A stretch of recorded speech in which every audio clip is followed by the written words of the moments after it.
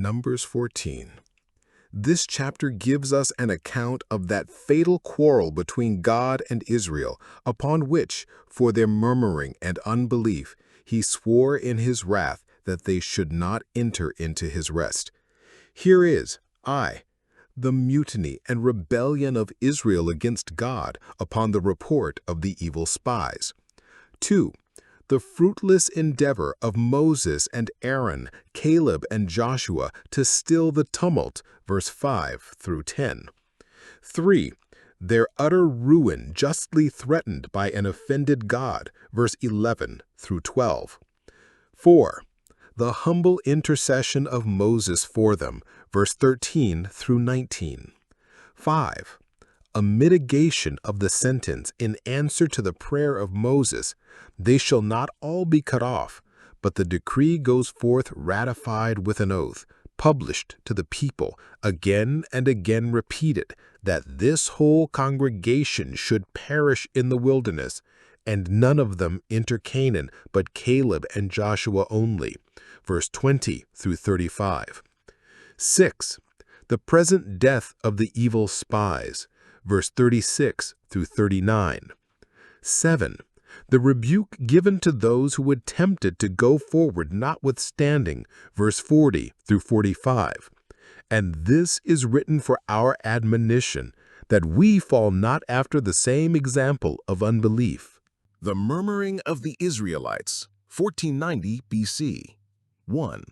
And all the congregation lifted up their voice and cried, and the people wept that night.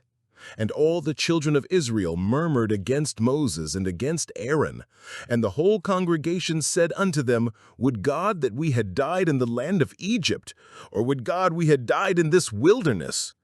And wherefore hath the Lord brought us unto this land, to fall by the sword, that our wives and our children should be a prey? Were it not better for us to return into Egypt?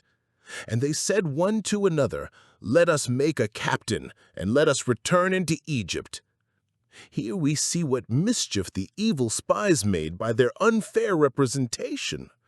We may suppose that these 12 that were impaneled to inquire concerning Canaan had talked it over among themselves before they brought in their report in public. And Caleb and Joshua, it is likely, had done their utmost to bring the rest over to be of their mind. And if they would but have agreed that Caleb, according to his posts, should have spoken for them all as their foreman, all had been well. But the evil spies, it should seem, willfully designed to raise this mutiny purely in opposition to Moses and Aaron, though they could not propose any advantage to themselves by it unless they hoped to be captains and commanders of the retreat into Egypt they were now meditating. But what came of it?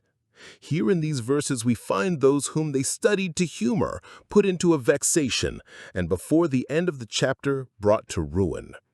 Observe, how the people fretted themselves. They lifted up their voices and cried, giving credit to the report of the spies rather than to the word of God, and imagining their condition desperate. They laid the reins on the neck of their passions, and could keep no manner of temper. Like foolish froward children, they fall a-crying, yet know not what they cry for. It would have been time enough to cry out when the enemy had beaten up their quarters, and they had seen the sons of Anak at the gate of their camp.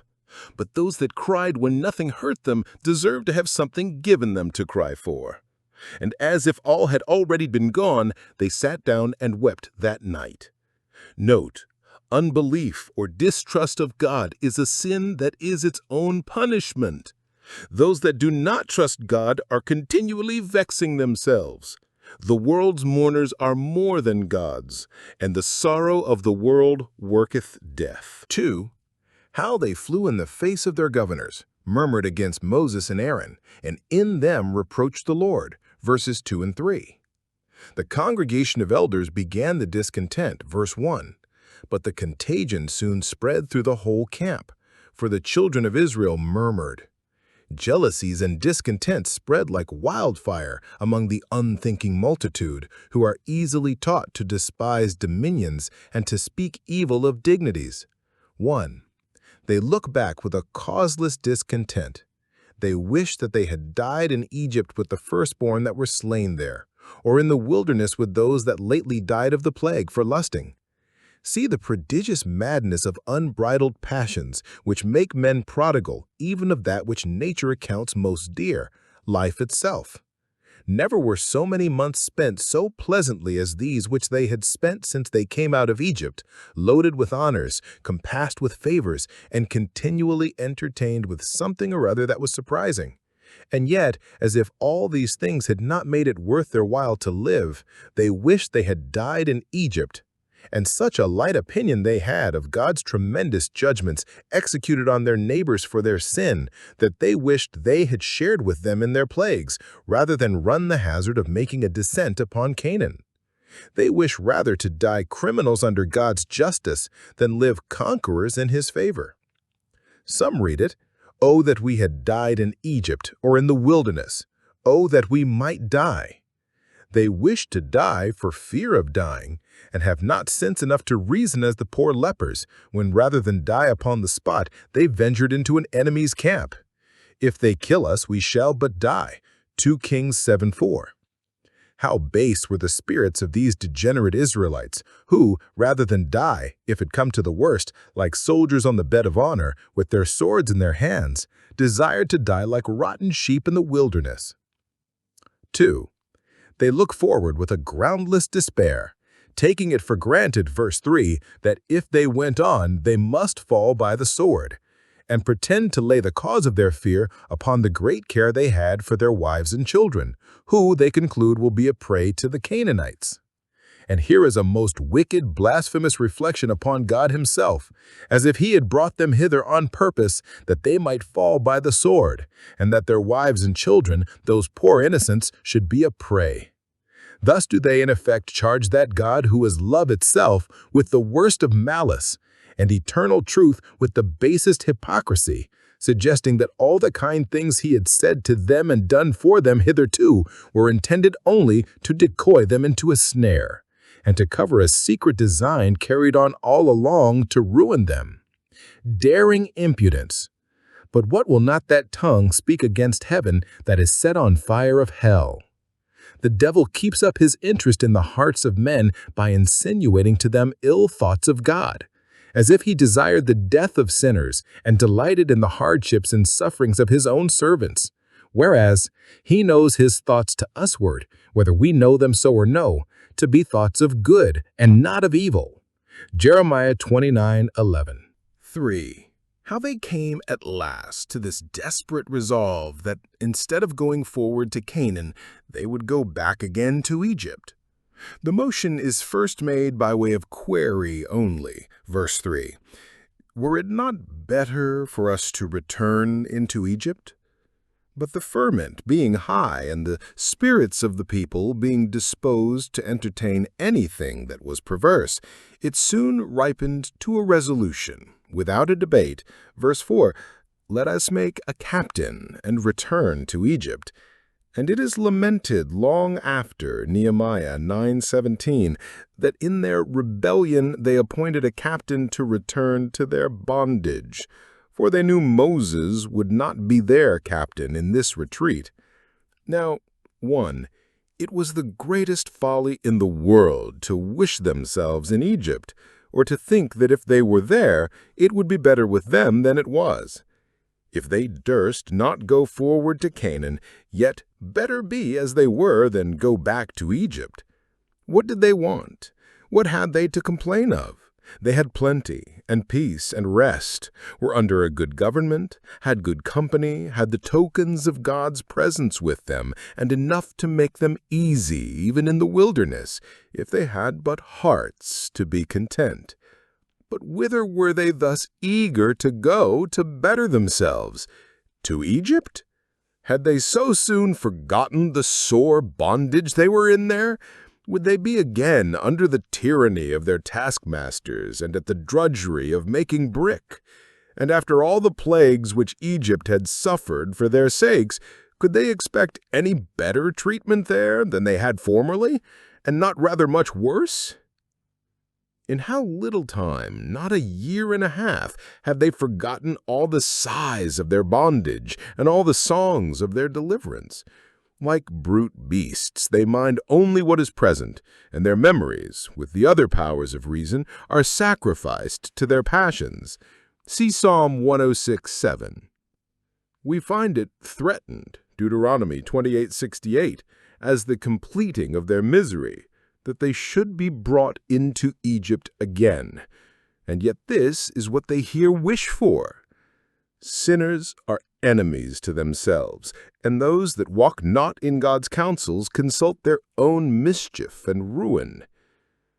2. It was a most senseless, ridiculous thing to talk of returning thither through the wilderness. Could they expect that God's cloud would lead them or his manna attend them? And if they did, the thousands of Israel must unavoidably be lost and perish in the wilderness. Suppose the difficulties of conquering Canaan were as great as they imagined. Those of returning to Egypt were much greater. In this let us see 1. The folly of discontent and impatience under the crosses of our outward condition. We are uneasy at that which is, complain of our place and lot, and we would shift. But is there any place or condition in this world that has not something in it to make us uneasy if we are disposed to be so? The way to better our condition is to get our spirits into a better frame. And instead of asking, were it not better to go to Egypt, ask, were it not better to be content and make the best of that which is? 2. It was a most senseless, ridiculous thing to talk of returning thither through the wilderness. Could they expect that God's cloud would lead them or his manna attend them?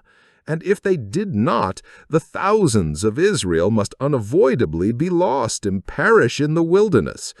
Suppose the difficulties of conquering Canaan were as great as they imagined. Those of returning to Egypt were much greater. In this let us see 1.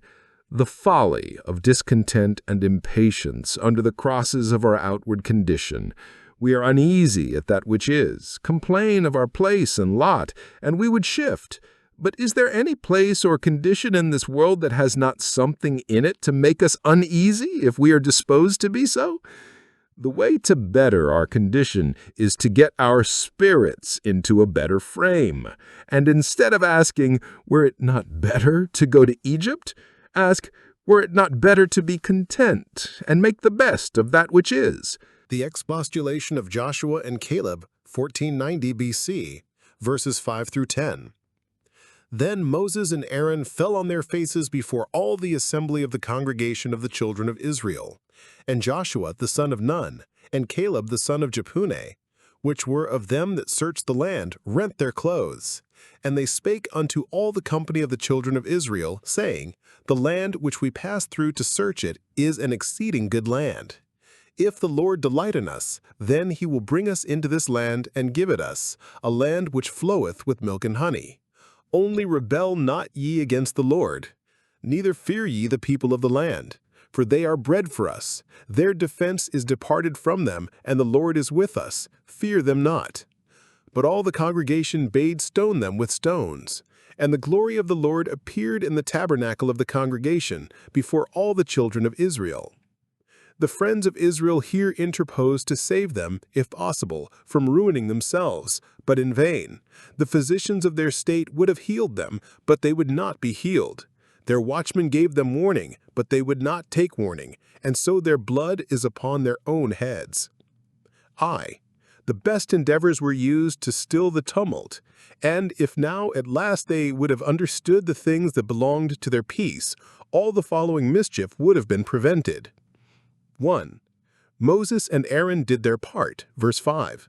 Though it was against them that they murmured, verse 2, yet they bravely overlooked the affront and injury done them, and approved themselves faithful friends to those who were outrageous enemies to them.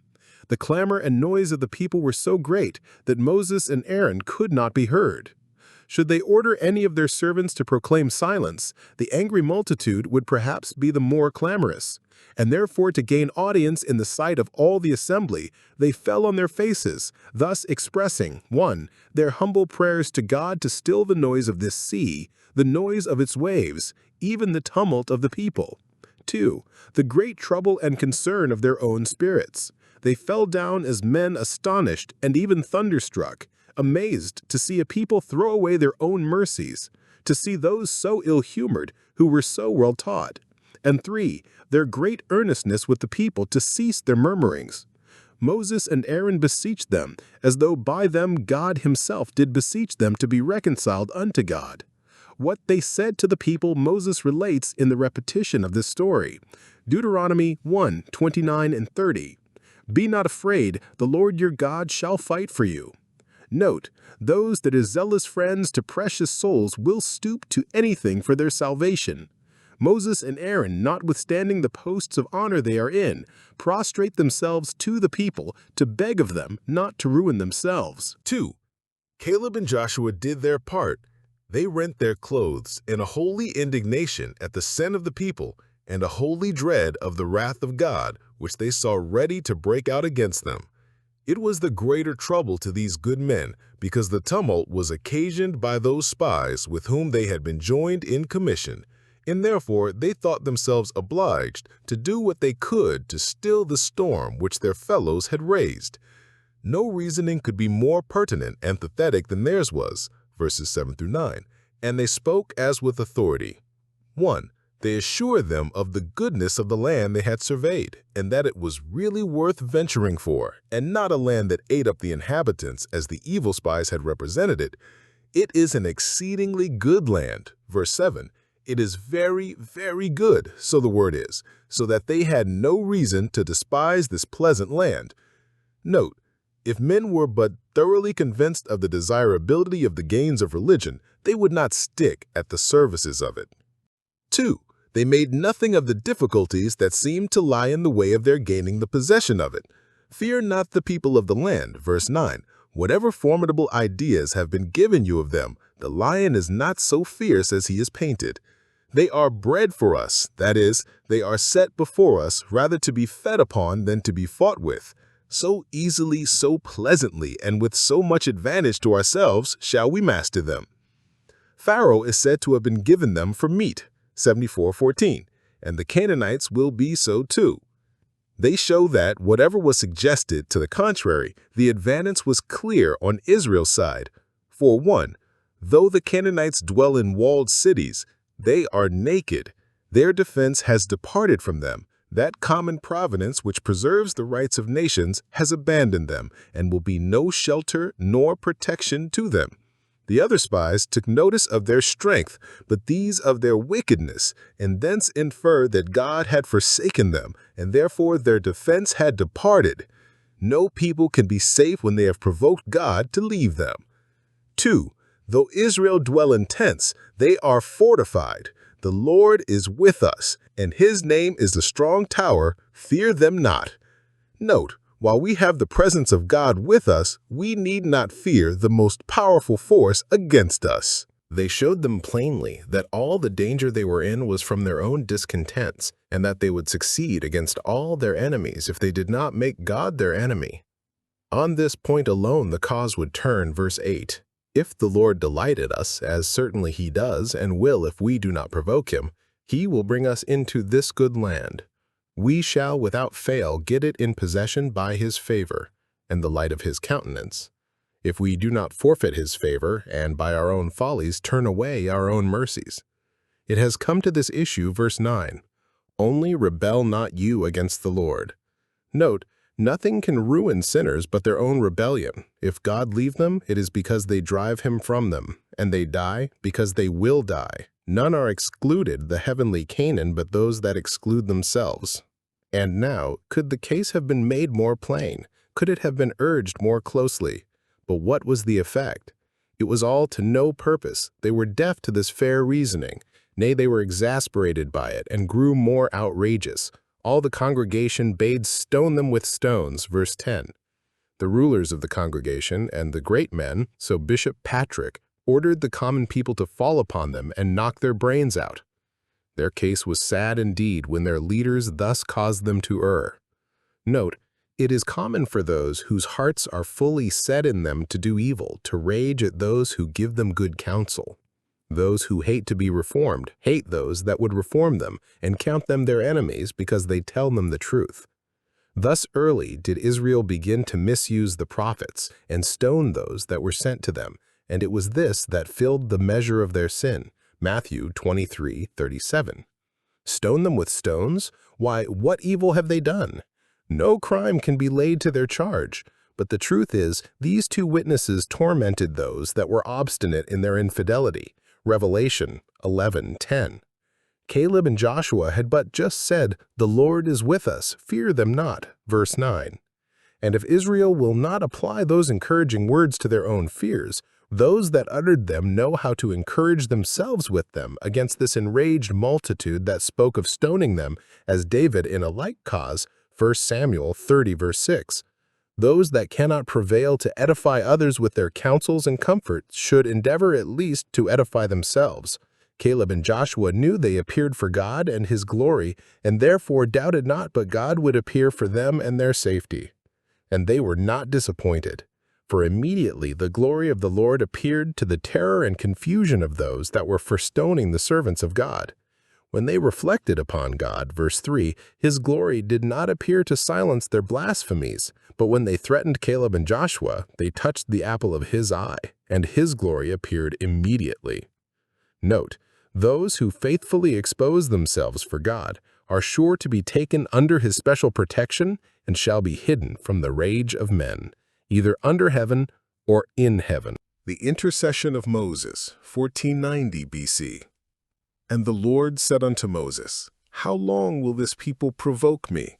And how long will it be ere they believe me, for all the signs which I have shewed among them? I will smite them with the pestilence, and disinherit them, and will make of thee a greater nation and mightier than they. And Moses said unto the Lord, Then the Egyptians shall hear it, for thou broughtest up this people in thy might from among them. And they will tell it to the inhabitants of this land, for they have heard that thou, Lord, art among this people, that thou, Lord, art seen face to face, and that thy cloud standeth over them, and that thou goest before them by daytime in a pillar of a cloud, and in a pillar of fire by night. Now if thou shalt kill all this people as one man, then the nations which have heard the fame of thee will speak, saying, Because the Lord was not able to bring this people into the land which he sware unto them, therefore he hath slain them in the wilderness.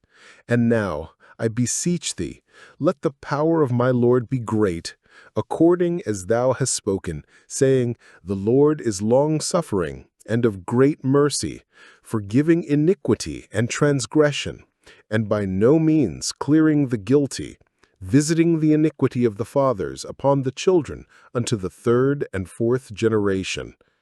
Pardon, I beseech thee, the iniquity of this people according unto the greatness of thy mercy, and as thou hast forgiven this people from Egypt even until now. Here is I, the righteous sentence which God gave against Israel for their murmuring and unbelief, which, though afterwards mitigated, showed what was the desert of their sin and the demand of injured justice, and what would have been done if Moses had not interposed. When the glory of the Lord appeared in the tabernacle, we may suppose that Moses took it for a call to him immediately to come and attend there, as before the tabernacle was erected, he went up to the mount in a similar case, Exodus 32:30. Thus, while the people were studying to disgrace him, God publicly put honor upon him as the man of his counsel.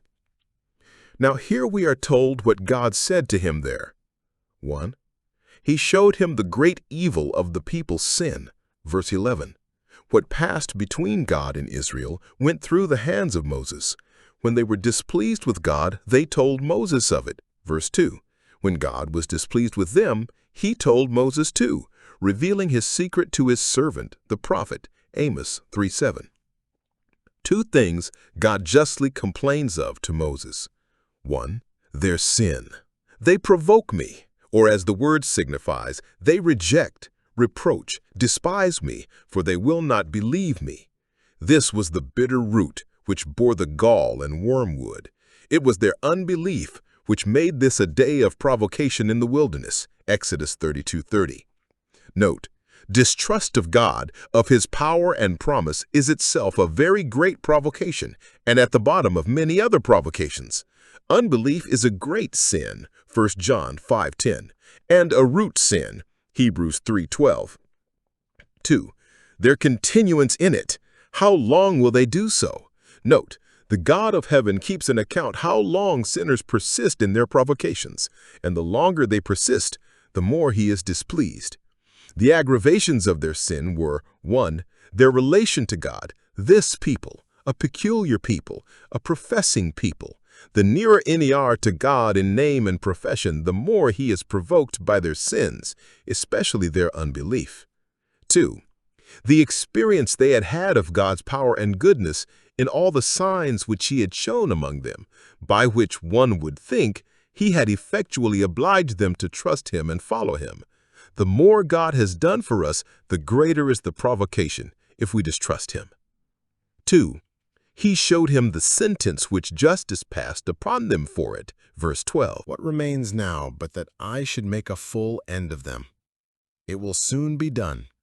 I will smite them with the pestilence, not leave a man of them alive, but wholly blot out their name and race, and so disinherit them and be no more troubled with them. Ah, I will ease me of my adversaries. They wish to die, and let them die, and neither root nor branch be left of them. Such rebellious children deserve to be disinherited. And if it be asked, what will become of God's covenant with Abraham then? Here is an answer. I shall be preserved in the family of Moses. I will make of thee a greater nation. Thus, 1. God would try Moses whether he still continued that affection for Israel which he formerly expressed upon a like occasion, and preferring their interests before the advancement of his own family. And it is proved that Moses was still of the same public spirit and could not bear the thought of raising his own name upon the ruin of the name of Israel. 2. God would teach us that He will not be a loser by the ruin of sinners. If Adam and Eve had been cut off and disinherited, He could have made another Adam and another Eve and have glorified His mercy in them, as here He could have glorified His mercy in Moses, though Israel had been ruined. 2. The humble intercession Moses made for them. Their sin had made a fatal breach in the wall of their defense, at which destruction would certainly have entered if Moses had not seasonably stepped in and made it good. Here he was a type of Christ, who interceded for his persecutors and prayed for those that despitefully used him, leaving us an example of his own rule, Matthew 5:44. 1. The prayer of his petition is in one word, pardon. I beseech thee the iniquity of this people. Verse 19. That is, do not bring upon them the ruin they deserve. This was Christ's prayer for those that crucified him. Father, forgive them. The pardon of a national sin as such consists in the turning away of the national punishment, and that is it for which Moses is here so earnest. 2. The pleas are many and strongly urged. 1. He insists most upon the plea that is taken from the glory of God, verses 13 through 16. With this he begins, and somewhat abruptly, taking occasion from that dreadful word, I will disinherit them. Lord, says he, then the Egyptians shall hear it. God's honor lay nearer to his heart than any interests of his own. Observe how he orders this cause before God. He pleads that the eyes both of Egypt and Canaan were upon them, and great expectations were raised concerning them. They could not but have heard that thou, Lord, art among this people. Verse 14. The neighboring countries rang of it, how much this people were the particular care of heaven, so as never any people under the sun were. That if they should be cut off, great notice would be taken of it. The Egyptians will hear it. Verse 13. For they have their spies among us, and they will tell it to the inhabitants of the land. Verse 14. For there was great correspondence between Egypt and Canaan, although not by the way of this wilderness. If this people that have made so great a noise be all consumed, if their mighty pretensions come to nothing, and their light go out in a snuff, it will be told with pleasure in Gath, and published in the streets of Ascalon. And what construction will the heathen put upon it? It will be impossible to make them understand it as an act of God's justice, and as such redounding to God's honor. Brutish men know not this, Psalm 92:6. But they will impute it to the failing of God's power, and so turn it to his reproach. Verse 16. They will say he slew them in the wilderness because he was not able to bring them to Canaan, his arm being shortened, and his stock of miracles being spent.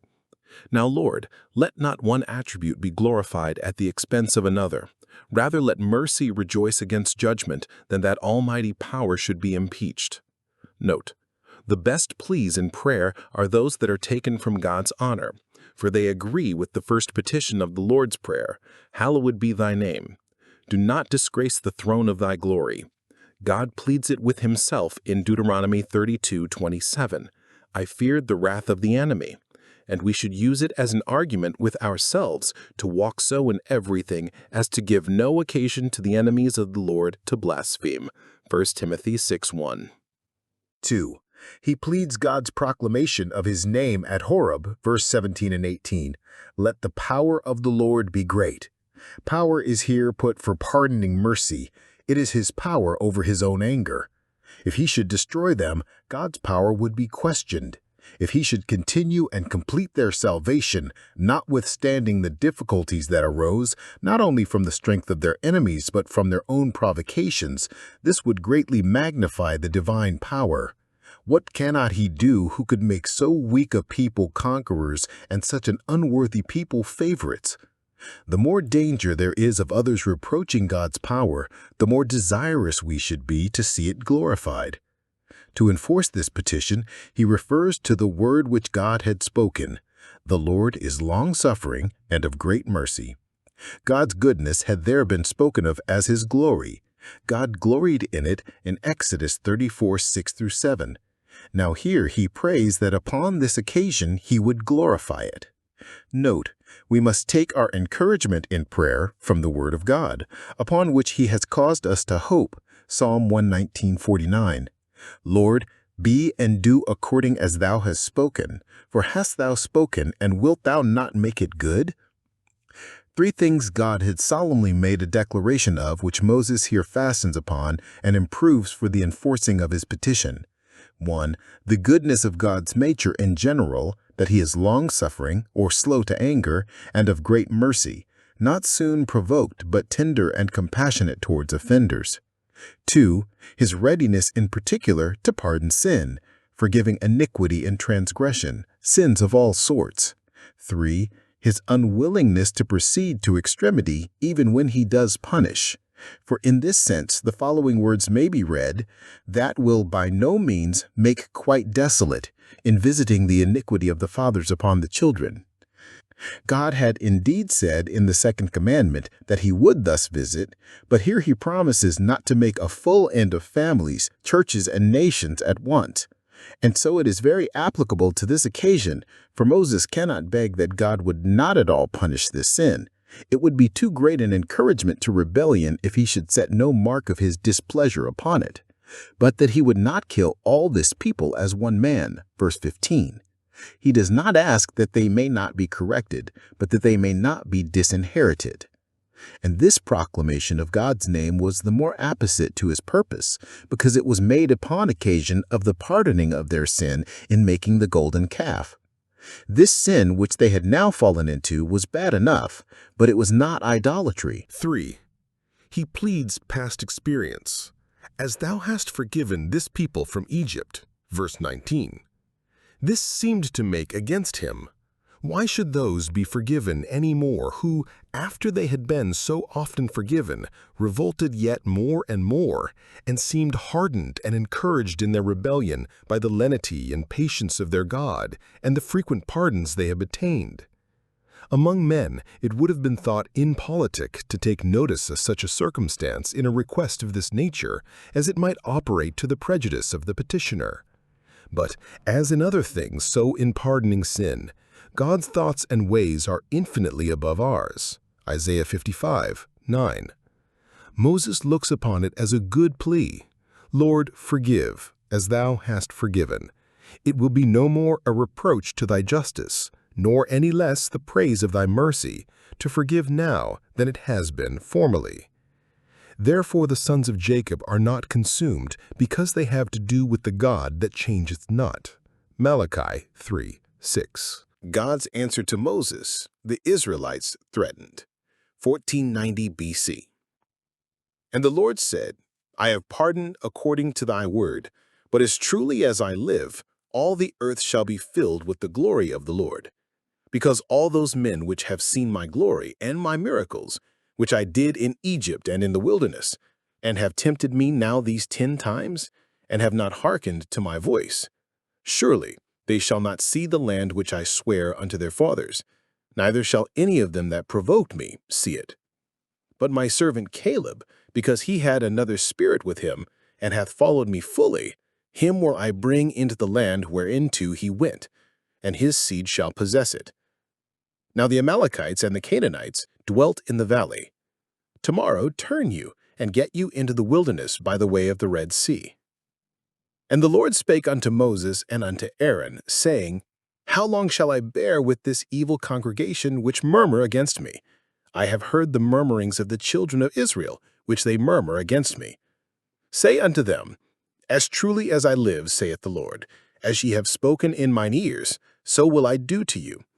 Your carcasses shall fall in this wilderness, and all that were numbered of you, according to your whole number, from 20 years old and upward, which have murmured against me. Doubtless ye shall not come into the land, concerning which I swear to make you dwell therein, save Caleb the son of Jephunneh, and Joshua the son of Nun.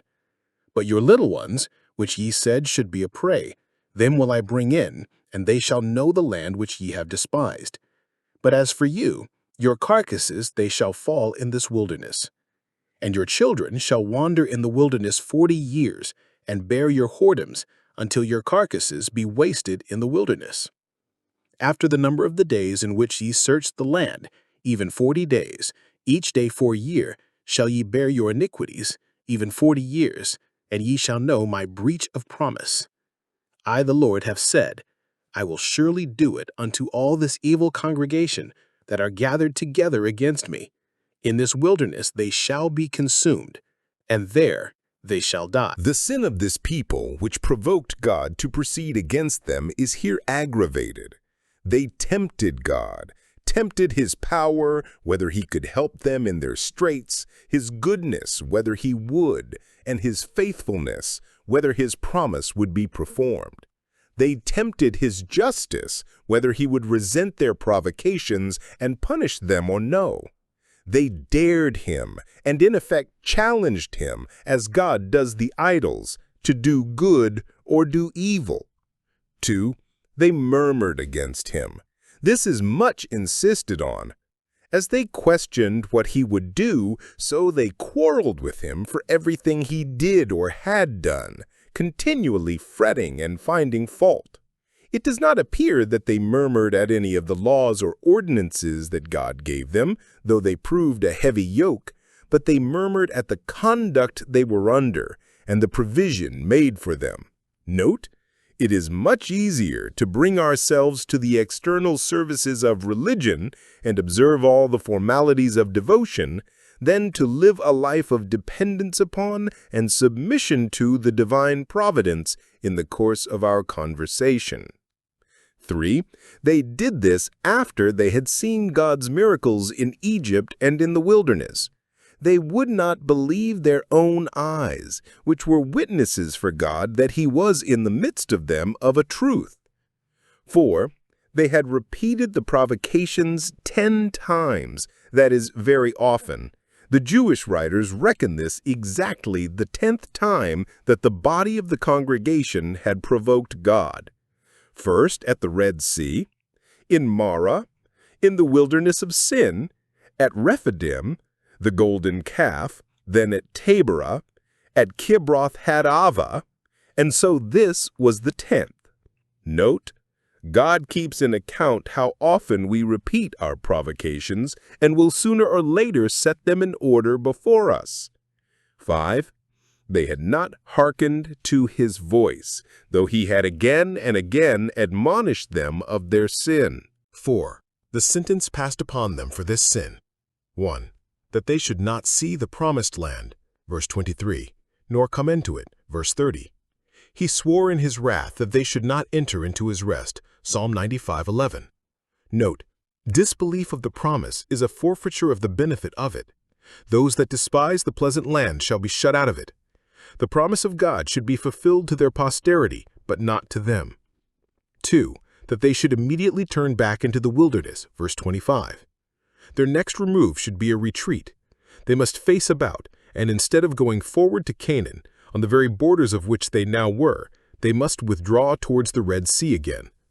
Tomorrow turn ye, that is, very shortly you shall be brought back to that vast howling wilderness which you are so weary of. And it is time to shift for your own safety, for the Amalekites lie in wait in the valley, ready to attack you if you march forward. Of them they had been distrustfully afraid, chapter 13:29, and now with them God justly frightened them. The fear of the wicked shall come upon him. 3.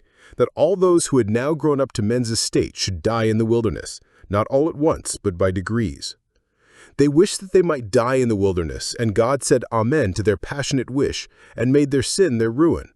It snared them in the words of their mouth, and caused their own tongue to fall upon them, took them at their word, and determined that their carcasses should fall in the wilderness, verses 28, 29, and again, verses 32, 35. See with what contempt they are spoken of, now that they had by their sin made themselves vile. The mighty men of valor were but carcasses when the Spirit of the Lord had departed from them. They were all as dead men. Their fathers had such a value for Canaan that they desired to have their dead bodies carried thither to be buried, in token of their dependence upon God's promise that they should have that land for a possession. But these, having despised that good land, and disbelieved the promise of it, shall not have the honor to be buried in it, but shall have their graves in the wilderness. 4. That in pursuance of this sentence they should wander to and fro in the wilderness, like travelers that have lost themselves, for 40 years, that is, so long as to make it full 40 years from their coming out of Egypt to their entrance into Canaan, verses 33, 34. Thus long they were kept wandering. 1. To answer the number of the days in which the spies were searching the land. They were content to wait 40 days for the testimony of men because they could not take God's word, and therefore justly are they kept 40 years waiting for the performance of God's promise. 2. That hereby they might be brought to repentance, and find mercy with God in the other world, whatever became of them in this. Now they had time to bethink themselves, and to consider their ways. And the inconveniences of the wilderness would help to humble them and prove them and show them what was in their heart. Deuteronomy 8:2. Thus long they bore their iniquities, feeling the weight of God's wrath and the punishment. They were made to groan under the burden of their own sin that brought it upon them, which was too heavy for them to bear. 3. That they might sensibly feel what a dangerous thing it is for God's covenant people to break with him. You shall know my breach of promise, both the causes of it, that it is procured by your sin, for God never leaves anything till they first leave him, and the consequences of it, that it will produce your ruin. You are quite undone when you are thrown out of covenant. 4. That a new generation might in this time be raised up, which could not be done all of a sudden. And the children being brought up under the tokens of God's displeasure against their fathers, and so bearing their whoredoms, that is the punishment of their sins, especially their idolatry about the golden calf, which God now remembered against them, might take warning not to tread in the steps of their fathers' disobedience. And their wandering so long in the wilderness would make Canaan at last the more welcome to them. It should seem that on occasion of the sentence, Moses penned the 90th Psalm, which is very apposite to the present state of Israel, and in which they are taught to pray that since this sentence could not be reversed, it might be sanctified, and they might learn to apply their hearts into wisdom. 5. The mercy that was mixed with this severe sentence. 1. Mercy to Caleb and Joshua. that though they should wander with the rest in the wilderness, yet they, and only they, of all that were now above 20 years old, should survive the years of banishment and live to enter Canaan. Caleb only is spoken of, verse 24, and a particular mark of honor put upon him, both, 1, in the character given of him, he had another spirit, different from the rest of the spies, and after spirit, which furnished him with second thoughts, and he followed the Lord fully, kept close to his duty, and went through with it, though deserted and threatened. And 2, in the recompense promised to him, him will I bring in due time into the land whereinto we went. Note, 1. It ought to be the great care and endeavor of every one of us to follow the Lord fully.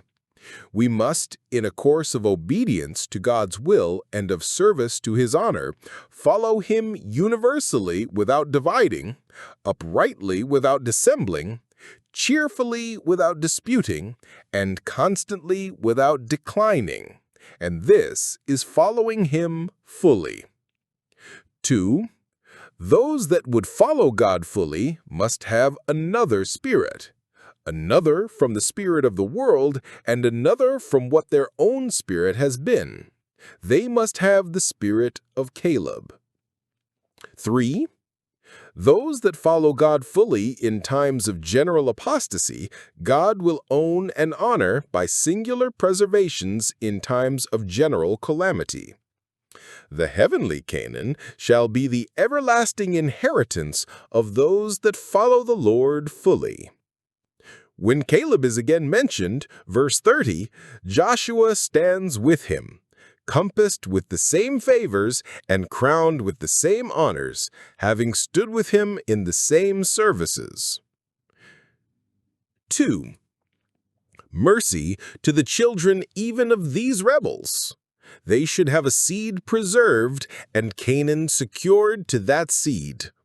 Your little ones, now under 20 years old, which you in your unbelief said should be a prey, them will I bring in. Verse 31. They had invidiously charged God with a design to ruin their children. Verse 3. But God will let them know that He can put a difference between the guilty and the innocent and cut them off without touching their children. Thus the promise made to Abraham, though it seemed to fail for a time, was kept from failing forevermore. And though God chastised their transgressions with a rod, yet His loving kindness He would not utterly take away. Death of the evil spies, 1490 BC.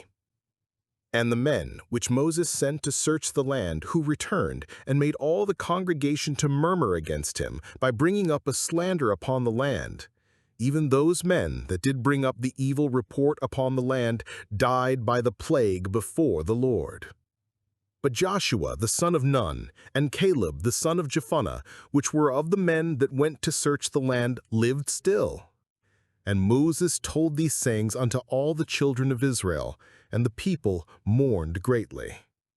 And they rose up early in the morning, and gat themselves up into the top of the mountain, saying, Lo, we be here, and will go up unto the place which the Lord hath promised, for we have sinned. And Moses said, Wherefore now do ye transgress the commandment of the Lord? But it shall not prosper. Go not up, for the Lord is not among you, that ye be not smitten before your enemies. For the Amalekites and the Canaanites are there before you, and ye shall fall by the sword, because ye are turned away from the Lord. Therefore the Lord will not be with you. But they presumed to go up unto the hilltop. Nevertheless the ark of the covenant of the Lord and Moses departed not out of the camp. Then the Amalekites came down, and the Canaanites which dwelt in that hill, and smote them, and discomfited them, even unto Hormah.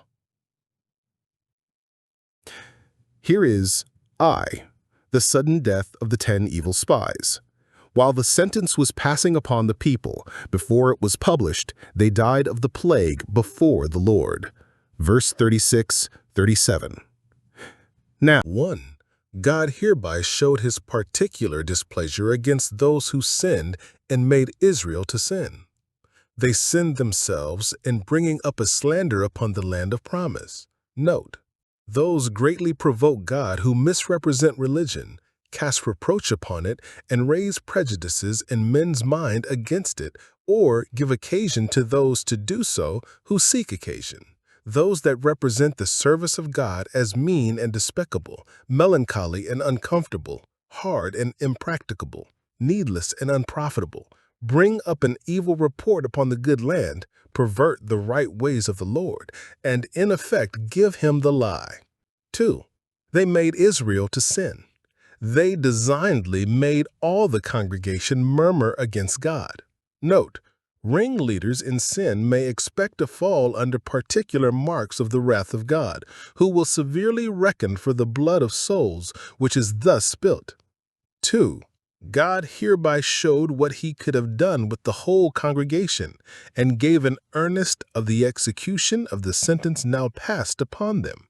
He that thus cut off one of a tribe could have cut off their whole tribe suddenly, and would do it gradually.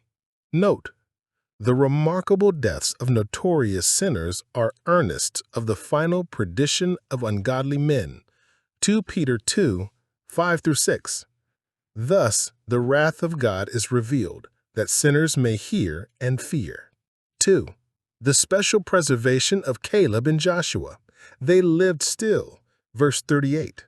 It is probable that all the 12 spies did together, for the eyes of all Israel were now upon them, and therefore it is taken notice of as very remarkable, and which could not be affecting to the whole congregation, that when the 10 evil spies fell down dead of the plague, a malignant infectious distemper, yet these 2 that stood among them lived and were well.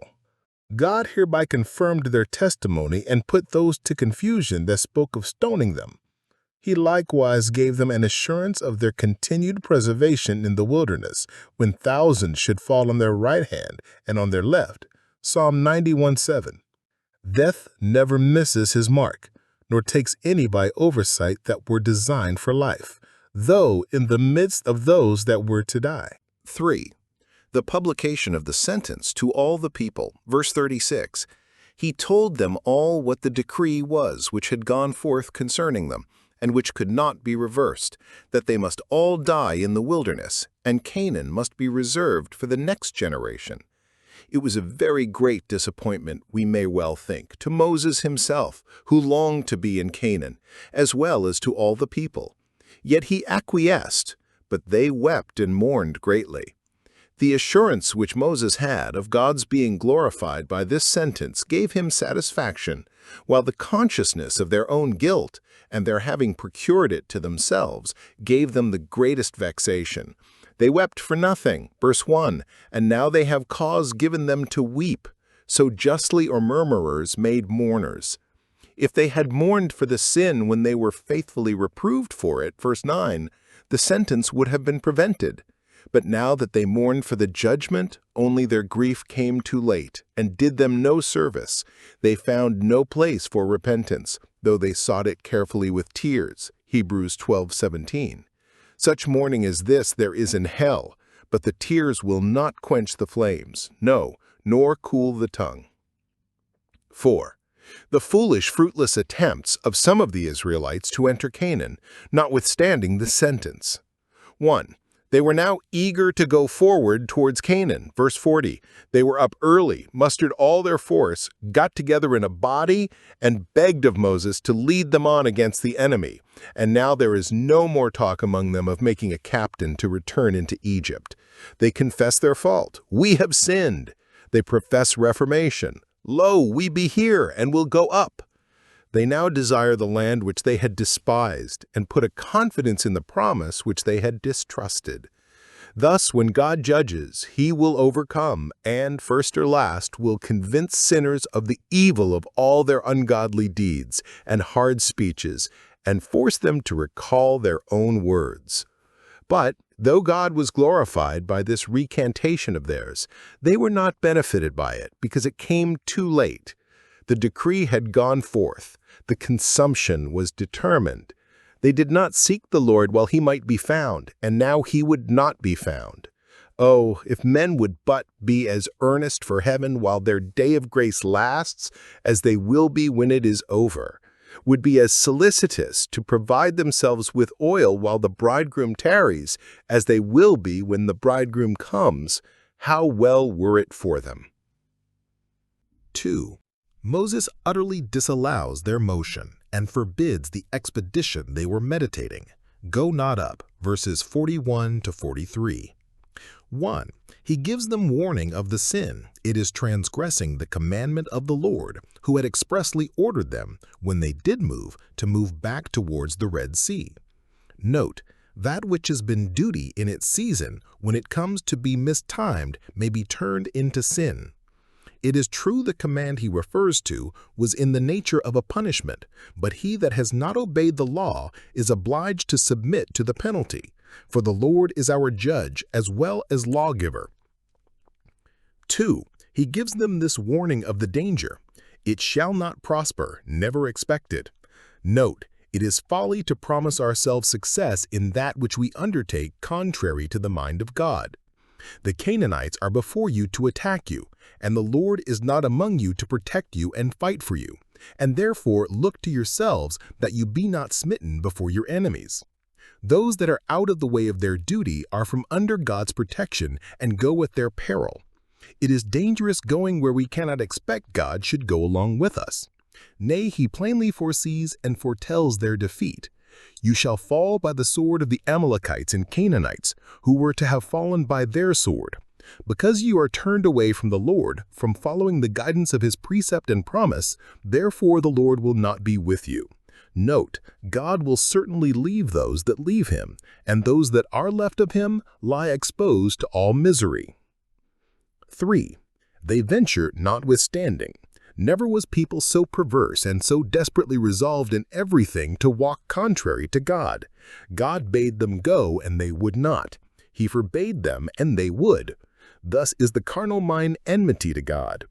They presume to go up unto the hilltop, verse 44. Here they, 1. Struggled against the sentence of divine justice and would press on in defiance of it. 2. Slighted the tokens of God's presence, for they would go though they left Moses and the Ark of the Covenant behind them. They had distrusted God's strength, and now they presume upon their own without his. 4. The expedition speeds accordingly. The enemy had posted themselves upon the top of the hill to make good that pass against the invaders, and being informed by their scouts of their approach, sallied out upon them and defeated them, and it is probable that many of the Israelites were killed. Now the sentence began to be executed that their carcasses should fall in the wilderness. Note, that affair can never end well that begins with sin. The way to obtain peace with our friends and success against our enemies is to make God our friend and keep ourselves in his love. The Jews, like these their ancestors, when they had rejected Christ's righteousness, attempted to establish their own, and it sped as this.